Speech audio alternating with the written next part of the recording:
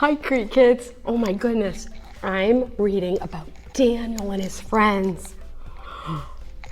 Boys and girls, would you like to hear a Bible story today? You know, the Bible is my favorite book in the whole world. Everything in the Bible is true, and everything in the Bible helps us learn more about God and how to live our life better. This story is about Daniel and his three friends. They had fun names. We had Shadrach, Meshach, and Abednego. Now, these four friends were chosen to work for the king. And when they worked for the king, they had to live in the castle. And the king, well, he was not a good king. He didn't love God. He didn't worship God. Instead, he worshiped idols. Ew. You remember what an idol is, right? An idol is something that men made that oftentimes looked like things that God made. An idol might have been a metal sunshine or maybe a wooden moon. Sometimes the men who made idols would give maybe a man's body, cow's head, and a fish's tail. And it would all be made out of either wood or maybe rock, gold, silver, or some other kind of metal. And then they would make this idol, and here's the crazy part. They would bow down and pray to it. What? How could you make something and then decide it is a god? That's not good. Well, when Daniel and his friends moved to the castle, Daniel noticed that every time it was time to go into dinner, that this giant metal idol had plates and plates of food in front of it. So the king, who worshiped the idols, he would feed the idol first. Now you know, and I know, an idol can't eat any food because it's not real.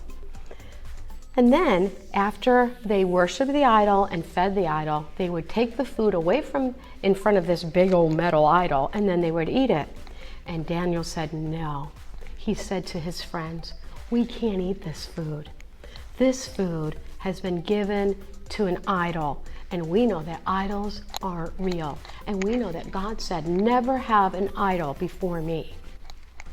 So Daniel went to his boss and he said, let my friends and I eat nothing but vegetables and only drink water for the next 10 days. Please, please don't make us eat this food that has been given to the idol.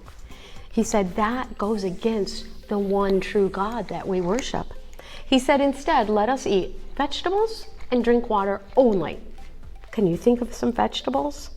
Maybe carrots, squash, potatoes, mushrooms, peppers, onions, leeks. There are a lot of vegetables, aren't there, boys and girls?